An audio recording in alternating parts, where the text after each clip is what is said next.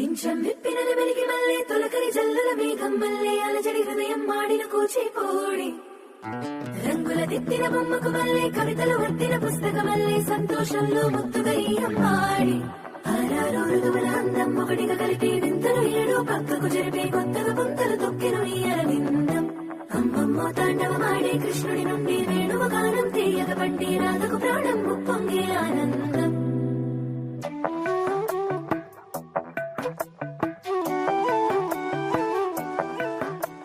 మధురము కదా ప్రతొక నడక